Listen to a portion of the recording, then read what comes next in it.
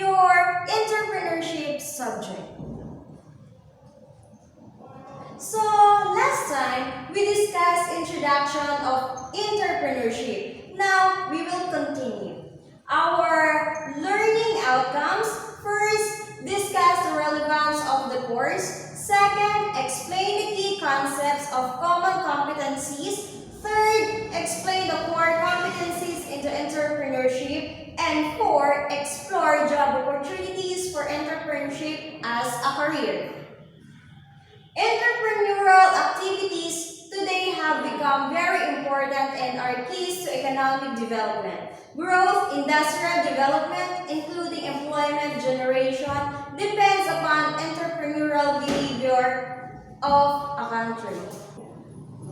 Entrepreneurs are the reason for a large quantity of highly developed industries, which result to greater employment opportunities for unemployed youth, increase in capital income, higher standard of living, and increase individual saving. Revenue to the government in the form of income tax, value-added tax, export duties, import duties, and balanced regional development. So class, ang mga gawaing mga pangnegosyo ngayon ay napakahalagang susi sa kaunlaran ng ating ekonomiya. Mas lalo na sa paglago, pag-unlad ng industriya at kabilang na rin dito ang ating generation sa pagtatrabaho. At kabilang na din dito ang ating pag-uugali sa pagnegosyo sa isang bansa. Ang mga negosyo din class ang isang dahilan para lumaki o dumami ang ating industriya. Ito din ang mga opportunities sa mga kabataan na walang trabaho ngayon. Ganun pa man sa pagtaas ng kanilang kita o pagdagdag sa kanilang kita. Sa paglaki ng ating negosyo, dito na tayo nagkakaroon ng buwis sa gobyerno. Tungkulin natin mag-export, pag-import ng mga tungkulin at maibalance natin ang ating pag-unlad. This course will greatly help young students to think like an entrepreneur. It will enhance students' desire to be an employer rather than employee. Some of the benefits will be stated. Benefits to senior high school students. So first, classify individual entrepreneurial interests. Second, apply basic marketing acumen. Third, determine legitimate sources of resources.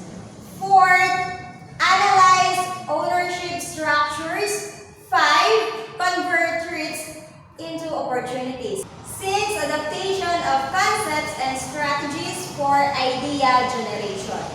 7, evaluate feasibility of ideas. 8, discovery of entrepreneurial innovators who also have the competence and edge to start their own businesses. 9, consider ethical and legal business practices. 10, write a micro-business plan. Useful of the course to the students. So first, develop skills in starting up a business. Second, demonstrate skills in maintaining business in long-term basis. Third, enhance knowledge of business operations and expansion. 4, find next level of training or access other resources and services. 5, demonstrate business management. 6, uses components of a business plan. 7, considers to become employer rather than employee. 8, changes attitude toward entrepreneurship as a means of making a living. 9, changes in personal and career attitudes including. So our personal and career attitude, first, communication. Second, self-act. Third, ability to manage one's own life. 4, self-concept and awareness. 5, problem solving. 6, self-management or personality responsibility. 7, collaboration or networking. 8, motivation. 9. Creativity, and 10. Teamwork. So class, we have 4 importance of entrepreneurship education. So first, entrepreneurship is very important to our economy as key driver. It focuses in wealth and a high majority of jobs are created by small businesses started by entrepreneurially minded individuals, many of whom go on to create innovative businesses. Second, entrepreneurship education is an individual lifelong learner. Second, entrepreneurship education is an individual lifelong learning process. Teachers will help in building appropriate objectives, review learning activities, and assess the target audience absorption through feedback. Third, entrepreneurship will energize school management. School in the area of entrepreneurship must be accessible, affordable, and accountable in producing successful students. It is a big challenge that school is facing of what entrepreneurs are doing to run the course with great success. 4. Entrepreneurship will transform learners to be innovators. Learners must be equipped with the perseverance and determination of an entrepreneurial mindset at the outset of their careers. Relevance of entrepreneurship to an organization. Development of managerial capabilities. The greatest significance of entrepreneurship lies in the fact that it helps in identifying and developing managerial capabilities. First, an entrepreneur studies a problem. Second, identifies its alternatives. Third, compares the alternatives in terms of cost and benefits implications. Fourth, chooses the best alternatives. The greatest significance of entrepreneurship class ay yung namamalagi ang katotohanan upang ito ay makatulong sa pagbuo ng ating negosyo. At kahit sa negosyo, pinag-aaralan din natin ang isang problema na involved sa negosyo. At dapat sa mga taong kukunin natin upang mga siwa sa ating negosyo ay dapat kinikilala muna natin mabuti para makapili tayo ng pinakamahusay na hahalili o kapalit nyo muna pansamantala habang wala tayo sa ating trabaho. If ever na meron po tayong personal matters. An entrepreneur studies a problem, identifies, compares, choosing, can help in sharpening the decision-making skills of an entrepreneur. Besides, these managerial capabilities are used by entrepreneurs in creating new technologies and products in place of older, resulting in higher performance. So sabi ko nga kanina, ang entrepreneurship, ito ay pinag-aaralan ang isang problema. Pagtukoy din sa paghalili o kapalit nito. Paghambing din sa mga alternatives na ating ginagastos at ilang mga implication for the benefits na pagpili ng mahusay at makakatulong upang patalasin pa ang kasanayan ng mga nagnenegosyo. Ganun din sa mga desisyon na magnenegosyo. Bukod na din dito, ang mga kakayahan ng isang pamahalaan ay ginagamit ng mga negosyante sa paglikha ng mga bagong technology and products para sa mataas at magandang resulta. Creation of organization. Entrepreneurship results in the creation of organization when entrepreneurs assemble and coordinate physical, human, and financial resources and direct them towards achievement of objectives through managerial skills. For creation of organization class, ito yung mga negosyante na naglilikha ng mga samahan o pagtitipon upang ang mga tao na walang financial na mapagkukunan ay sila yung nagbibigay muna ng pangpuhunan sa paggamit ng mga layunin sa pamamagitan ng mga kasanayan na pangasiwaan ang isang products. Improving standard of living. By creating productive organizations, entrepreneurship helps in making a wide variety of goods and services available to the society, which results into higher standard of living for the people. So, in improving standard of living, sa pamamagitan ng paglikha o paggawa ng mga products sa isang organization, mga anak, gumagawa ang entrepreneurship ng iba't ibang mga serbisyo na magagamit sa lipunan na nagreresulta sa mataas na pamantayan ng pamumuhay ng isang tao. It is the sum of my example to improving standard of living. First, pagmamay-ari ng mga mamahaling kotse, computers, mobile phone na ating ginagamit everyday, mabilis na paglaki ng shopping mall at iba pa. Ito po ang tumutukoy sa tumataas ng ating pamantayan ng pamumuhay ng isang tao. At ang lahat ng ito ay dahil sa kanilang pagsusumikap sa buhay, ganoon din sa kanilang mga negosyo. Means of economic development, entrepreneurship involves creation and use of innovative ideas, maximization of output from given resources, and development of managerial skills. All these factors are essential to the economic development of an country. Sa negosyo class, ang tao ay nakakalikha o nakakapag-isip ng mga makabagong ideas upang magkaroon ng mga mapagkukunan at mas mapaunlad palalo ang kasanayan ng isang pamahalaan. Ang lahat ng negosyo ay mahalaga sa pag-unlad ng ating ekonomiya ng isang bansa. Concept of entrepreneurship. The word entrepreneur was derived from the French verb entreprendre, which means to undertaken. The risk of new enterprises. Ang salitang entrepreneur ay nagmula sa French na entreprendre na nangangahulugan na magsagawa o isagawa. Ang isang negosyo ay ginawa ng isang negosyante upang i-process ang kanilang nilikha na tinatawag nating entrepreneurship.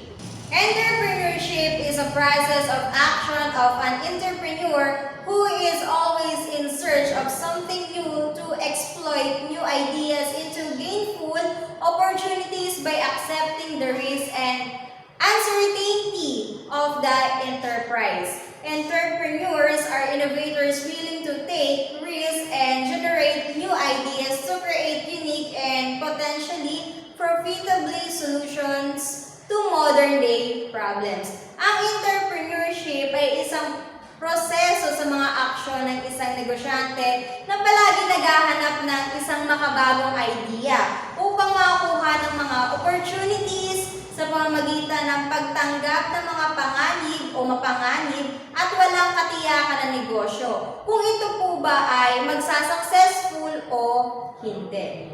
Ang mga negosyo ay nagbabago na handang kumuha ng mga panganib at makabuo ng mga bagong idea upang makalikha tayo ng natatangi nating potensyal upang kumita at maisolusyon sa ating mga problema.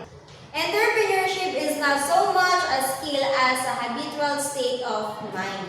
When entrepreneurship describes activities within a firm or large organization, it is referred to as entrepreneurship. So class, ang entrepreneurship ay hindi gaano kasanayan sa kaugalian ng estado sa pag-iisip ng isang tao. Kapag inilarawan natin class, ang entrepreneurship, ito ang mga aktibidad na nakapaloob sa isang firm or malaking samahan na tinutukoy bilang intrapreneurship. Maaari din itong isama sa cooperative venture kapag ang malalaking entity ay nagpapaikot sa mga organization. Entrepreneurship employs what is counter called gale of creative distraction to replace fully or partly inferior innovation across markets, industries. Entrepreneurship range in a scale from solo projects, even involving the part-time entrepreneur, to major undertaking to create many job opportunities. So class, ang negosyante ay gumagamit ng counter na tinatawag natin na gale of creative distraction upang mapalitan ng bahagya ng mas mababang mga pagbabago sa buong market industries. Then sa pagbabago, minsan nakakasira dito ay yung sabay-sabay na lumilikha tayo ng mga bagong products at mga bagong models sa isang negosyo. Then, ang mga sakop sa entrepreneurship mula sa mga solo projects like the part-time personnel hanggang sa mga pangunahing gawain ng nagnenegosyo ng maraming mga opportunities sa trabaho ay yung gawaing pang negosyo na maaaring ito ay pandagdag nila sa kanilang kita. Minsan nakakadagdag naman class sa pangamba nila at mas lalo na sa maliit na negosyo na yung pagbabago o pabago-bago nila ng pagpaprocess ng makabagong pamamaraan. Factors affecting entrepreneurship. Entrepreneurship is a complex phenomenon which is influenced by the interplay of a wide variety of factors that include personality and environmental factors.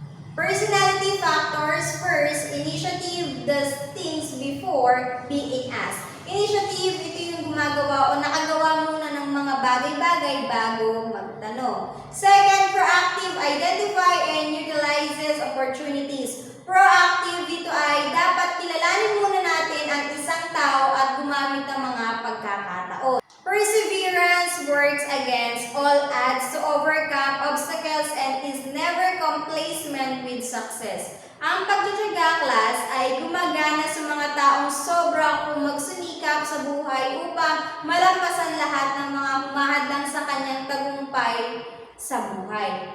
4. Problem solver. Develops and maintains relationship with customer and financer, conceives new ideas and introduces innovative solutions. So dito naman class, ang mga problems ay malulutas natin na mapanatili ang relation sa mga customer and sa financer. Naglalagay din tayo dito ng mga idea at nagpapakilala ng mga makabagong solusyon. 5. Persuasion convinces customers and financiers to patronize his business. Ito yung panghihikayat sa atin o pangkumbinsi sa mga customers na sumali o sumapi sa kanilang negosyo. So alam ko sa inyo class, bilang grade 12 students, marami na sa ating mga humihikayat na sumali sa iba't ibang mga negosyo. Halimbawa na lang dito yung mga front row products or any big companies na gusto tayong i-join sa kanilang negosyo para sa gayon ay meron tayong extra income kahit students pa lang tayo, ay nakakatulong na tayo sa ating sarili at sa ating mga magulang. Self-confidence makes decisions and sticks to his decision. Sa mga gustong magnegosyo or any works na gusto nating pasukan, dapat meron tayong tiwala sa ating sarili. Dahil kung mapapansin nyo class, meron tayong sarili-sariling desisyon upang magpasya ng tama at sa ganun ay hindi tayo mahirapan sa buhay. So dapat nanatili tayo sa una nating pagpapasya para hindi tayo malito sa susunod pa nating maisipang mga idea. 7. Self-critical learns from his mistakes and form experience of others. Word of self-critical, dito tayo natututo sa ating pagkakamali at mga karanasan na kung minsan ay naririnig o nakikita natin sa iba. Kung saan ito ang nagpapatibay sa atin upang mabuo tayo o gumawa ng mga tamang desisyon sa buhay at tumayo muli sa sarili nating mga paa. Number 8, a planner. Collects information, prepares a plan, and monitors performance. Ito naman class is yung taga-plano, mga nangokolekta ng mga information, naghahanda ng another plans at sinusubaybay ang mga performance ng isang tao or employee. Katulad sa mga fast food na meron nagsusupervise o nagmamonitor kung ang isang employee po ba ay ginagampanan ng maayos ang kanilang tungkulin sa trabaho. Number 9, risk taker. Willing to take calculated risk. Ito naman po yung taga-tanggap ng panganib. Ibig sabihin ng panganib class, yung mga medyo tagilid na negosyo ay ginagawa pa at kinukuha pa. Pang mahirapang setup, kumbaga. Yun po yung ating risk taker. Environmental factors. These factors relate to the conditions in which entrepreneur has to work. Environment factors such as political climate, legal system, economic and social conditions and market situations contribute significantly towards the growth of entrepreneurship. Ang mga factors ay nauugnay sa mga kondisyon kung saan kailangan magtrabaho ang isang negosyante. Ang kadahilanan sa kapaligiran tulad ng pampolitikal, legal na sistema, pang-ekonomiya at panglipunang mga kondisyon at sistema sa mga merkado. Kaya itong environment factors ay isang combination personal sa kapaligiran na ang kadahilanan ay nakaka-impluwensya sa entrepreneurship at nagdudulot ng mga results for the individual, organization, and society. Core competencies in entrepreneurship. First, economic and dynamic activity. Entrepreneurship is an economic activity because it involves the creation and operation of an enterprise with a view to creating value or wealth by ensuring optimum utilizes of scarce resources. So dito class, ito yung pangnegosyo sa isang aktibidad na pang-ekonomiya, nakabilang sa paglikha at pagpapatakbo ng isang negosyo na may pananaw sa paglikha ng halaga o kayamanan. Ang mga activities na ito ay paglikha sa halaga na patuloy na isinasagawa sa gitna ng walang katiyakan na negosyo. Sa makatuwid class, ang mga negosyo ay itinuturing natin bilang pabago-bagong puwersa ng ekonomiya. Number 2, innovation. Entrepreneurship involves a continuous search for new ideas and compels an individual continuously evaluate the existing modes of business operation so that more efficient and effective systems can be evolved and adapted. Ang innovation naman class ay isang entrepreneurship na patuloy na naghahanap ng panibagong idea. Pinipilit din ito ang isang individual na ipagpatuloy ang pagsuri sa mode of business para sa maging effective na sistema na mas maaaring mapagtibay at mapaunlad pa natin ang isang negosyo. Number 3.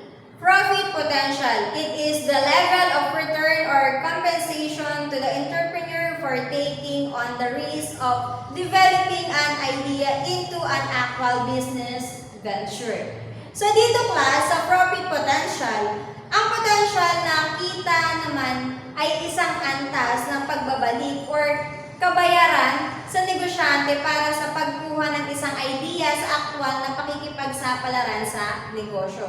Kung walang potential ang isang tao class na kumita o tubuan ng konti ang kanilang mga product, sila ay hindi makakuha ng sapat na kita sa kanilang negosyo. Ang mga pagsisikap nilang ito ay magiging isang abstract lamang at isang theoretical na aktibidad sa paglilibang. Number 4. Risk-bearing. The essence of entrepreneurship is the willingness to assume risk arising from the creation and implementation of new ideas. Ang risk-bearing mga anak ay ang pagkakaroon ng peligro, ang kakayahan ng pagnenegosyo ay ang pagpayag natin na magkaroon ng peligro, lumitaw mula sa ating paglikha at pagpapatupad din ng mga bagong idea kung saan ito ay nakuha natin sa iba o kaya naman mag-create ng new ideas. Ang mga bagong idea class ay palaging tentative, ito yung kanilang resulta na maaaring minsan ay hindi agad positive. Functions of an entrepreneur. The following are important functions performed by an entrepreneur. So first, innovation. An entrepreneur is basically an innovator who tries to develop new technology, products, and markets. Innovation may involve doing new things or doing existing things differently. Sa mga nauna ko explanation sa innovation class, ang isang negosyo ay nagsisimula o may mga panimula dahil sa kanilang pagsusumikap upang makabuo ng mga bagong technology, products, and markets.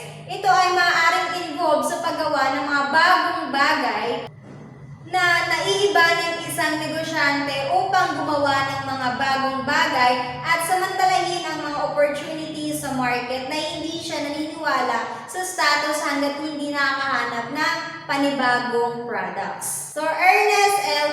transform a simple data entry service company into becoming become one of the country's largest outsourcing service provider. Si Ernest Cu ay may simpleng kumpanya. Ito ang serbisyo na pinapasok ng data upang maging isa sa pinakamalaking taga-bigay ng serbisyo sa outsource ng ating bansa. For example, class, sa Globe. Noong una, simpleng SIM card lang ito, pero nung lumipas ang panahon, nag-isip siya ng another way para lumaki pa ang serbisyo niya sa ating bansa. Katulad ngayon na ang bawat SIM card na ating ginagamit ay may mga data na. So kahit pang international, nagagamit natin ito using data, internet, and social media account. Ang mga serbisyo na ito ay yung CRM. So ano nga po ba yung CRM? Customer Relationship Management. Ay naging matagumpay na mas napalago ang mga serbisyo ng telemarketing. Number 2, assumption of risk. An entrepreneur by definition is a risk taker and not a risk taker. He or she is always prepared for assuming losses that may arise on account of new ideas and projects undertaken by him or her. So, Corazon D. Ong is a dietitian by profession who used knowledge to create affordable, processed meat product that could compete with the already well-known and established processed meat brands. So, dahil dietitian si Corazon Ong, ginamit niya yung knowledge niya about food. Corazon happy to put a good use her creativity and skills in culinary arts. Kasi po, expert siya sa food nutrition. Itinatag niya ang CDO Food Fair noong 1975 na hango sa kanyang pangalan na Corazon D. Ong. She came up with corned beef, hot dog, meatloaf, hamburger, patties, and ham. An entity that she later sold as a home business.